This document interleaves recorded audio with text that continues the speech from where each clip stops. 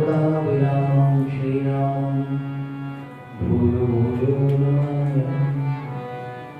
राम रामेति रामेति रमे रामे मनोरमे सहस्रनाम तत्तुल्यं श्रीराम नाम वरानने। सभी लोग, आप लोगों को बहुत बहुत बधाई श्री कृष्ण जन्म की। कल बहुत अच्छा हम लोगों ने प्रभु का नाम सुने और कीर्तन, जय गान और कथाएं सुनी। प्रभु का प्रादुर्भाव प्राकट्य उत्सव मनाया। बहुत बहुत शुभकामनाओं के साथ मंगलमय हो।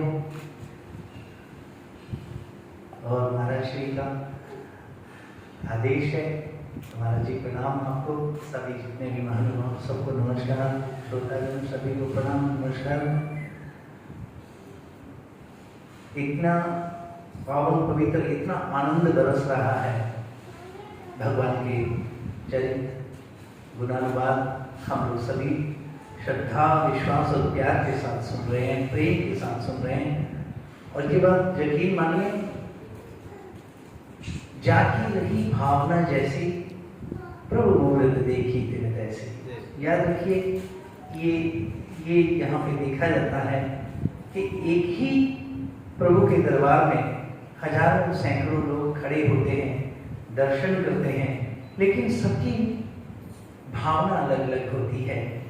और जिसकी जैसी भावना होती है वैसे ही उसकी कामनाएं होती हैं। जैसी जैसी जिसकी कामनाएं होती हैं और प्रभु को प्रणाम करते हुए वो वैसे ही प्रणाम करता और मांगता है, नमस्कार करता है।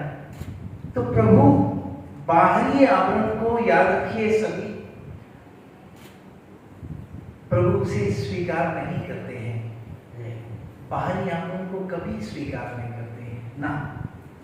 अंदर भाव कैसा है, जाकी रही भावना जैसे, जाकी रही शरीर की झांकी के बारे में कोई वर्णन नहीं किया गया है।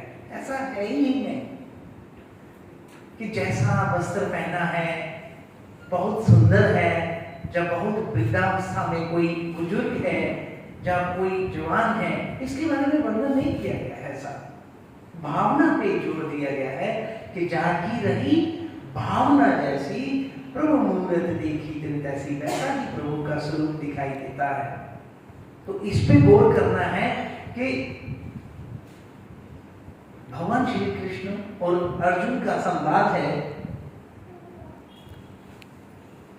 अर्जुन बोलते हैं कि हे भगवान, अगर आप इस तरह से जगत को चलाते हैं और इंसान अपने कर्मों का फल भोग रहा है, जैसे आप कहते हैं कि कर्मण्येवाधिकारस्ते मा फलेषु, तो फिर ये इंसान प्रार्थनाएं भी करता है, श्रद्धा भी रखता है सब, तो ये कर्म इतने अच्छे अच्छे जब करता है जब जो भी, तो उसका फल तो भगवान ने स्पष्ट किया है कि हे अर्जुन, जिस जिस भाव से जैसा जैसा कर्म किया होता है, मैं उसे उसी भाव के कर्मों का फल जो किया है उसका देता हूँ। जैसे भाव, तो भाव का मतलब आप लोग सब जानते हैं, नियत होती है। नियत, जैसा नियत बोलते हैं हम लोग, नियत का मतलब आप लोग सब जानते हैं कि जैसे हम किसी व्यक्ति को नहीं चाहते कि वो हमारे घर आए, लेकिन दरवाजे पे आ गया, जैसे वो आया तो दरवाजा खोल के उसको देखा, चाहते नहीं है हमारे घर में आए, अंदर से भाव नहीं है, नियत नहीं है, लेकिन हंस के मिलते हैं उसको, मुस्कुरा के आइए अंदर आइए, लेकिन चाहते नहीं है। लेकिन उसको बैठा रहे हैं और उसको पूछते हैं पानी पिएंगे, वो बोलता हाँ पानी पिएंगे। पानी पिलाने की नियत नहीं है, लेकिन पानी पिलाना है। फिर उसको बोलते हैं खाना भोजन करेंगे, वो बोलता हाँ खाना भी खाएंगे। अब खाना खिलाने का भी नियत नहीं है, मन नहीं है, अंदर से भाव नहीं है, लेकिन खाना भी खिला रहे और उसके बाद हो गया। तो याद रखें, जो पानी पिलाने का जो पुण्य है वो हमें नहीं मिलेगा। तन से तो पिलाया है, खाना खिला दिया उसको, लेकिन अंदर नियत नहीं थी, तो उसका फल उसे उस व्यक्ति को इतना होने के बाद भी नहीं मिलता। ये कारण है। इसका ख्याल रखना, इसका ध्यान रखना कि जब भी कर्म करें तो अपने भाव प्रभु के प्रति याद रखें, ऐसा समर्पित रखें।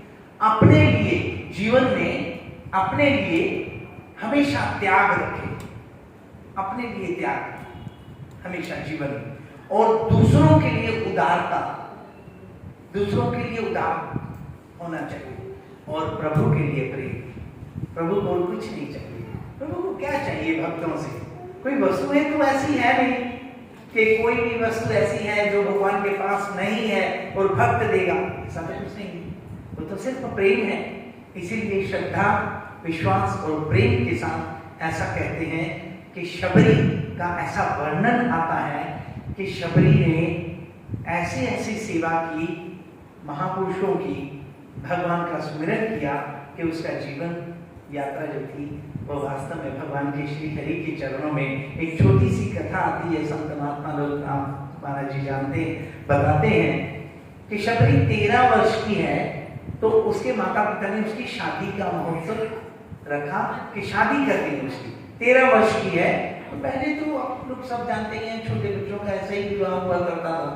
तो पशु पक्षी एकत्रित किए और वो इकट्ठे करके रखे। तो शबरी पूछती है अपनी माँ से कि माँ ये पशु पक्षी इकट्ठे क्यों किए जा रहे हैं? तो माँ बोलती है कि तुम्हारा विवाह होने वाला है तो इनको, जैसे लोग होता नियम कुछ, तो इनको जो लोग आएंगे उनको खिलाना है।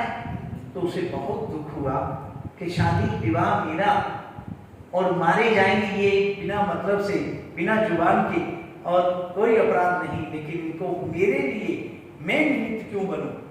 तो वो अपना घर द्वार छोड़ करके रात को निकल गए। तो कोल भील जात होती है, कोल भील है, जंगल के लोग हैं, वो चलती गई, डर नाम की कोई चीज होती नहीं है, जा रही है जंगल में, चलती जा रही, रुकी नहीं। तो कहते हैं मतंग मुनि के आश्रम में पहुंच गई, देखा तो छोटी बच्ची है, जानती भी है कि हम लोग कौन है। तो वहां पहुंच के देखती है कि सुबह सुबह 3-4 बजे ऋषि मुनि स्नान करने जाते हैं पंपा सरोवर में, और सरोवर में स्नान करते हैं। रास्ते में देखती हैं कि कांटे भी हैं, झाड़ियां भी हैं। तो वो रोज 2-3 बार उसने देखा कि ये इनको कष्ट होता है, और हवन करते हैं तो हवन के लिए समिधाएं चाहिए, लकड़ियां चाहिए। तो वो क्या करती है, रोज चुपचाप रास्ता साफ करती है और झाड़ियां काट दिया उसने, और छोटी छोटी लकड़ियां एकत्रित करके हवन कुंड के पास रखती है और भाग जाती है रोज। तो गुरुदेव ने पूछा अपने शिष्यों को कि क्या ये रास्ता आप लोगों ने साफ किया? बोले नहीं गुरुदेव, हमने नहीं किया। तो ये कौन करता है? और समिधाएं भी हवन कुंड के पास में रखी हुई हैं, ये तो ऐसा कभी तुम लोगों ने किया नहीं, तो किसने किया?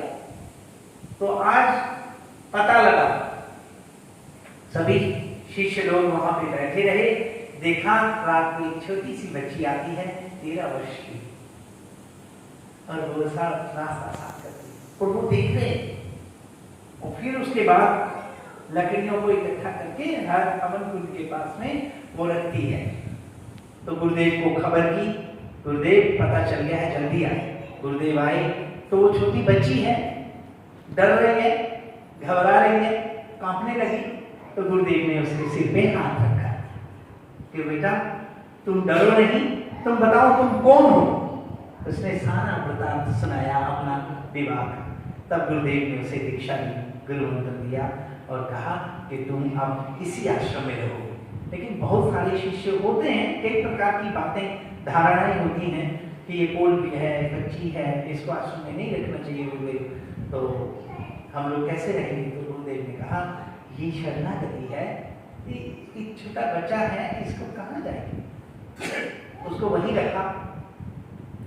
और फिर जब गुरुदेव ने धीरे धीरे समय व्यतीत हुआ तो गुरुदेव ने उसे अपने जो ठाकुर हैं, जैसे हर महापुरुष के पास ठाकुर जी होते हैं, वो शबरी को दिए और देने के बाद कहा कि अब हम प्रभु के धाम में जाना चाहते हैं और आपको दिव्य अलौकिक दर्शन होंगे प्रभु के। प्रभु श्री राम तुम्हें दर्शन देने आएंगे। आइए।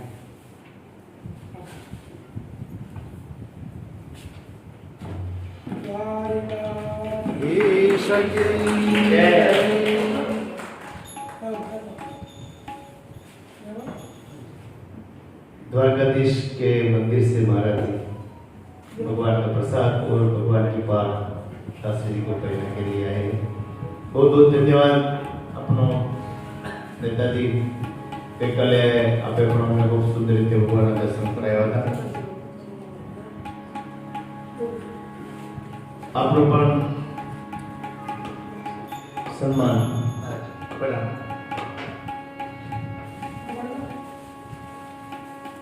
એના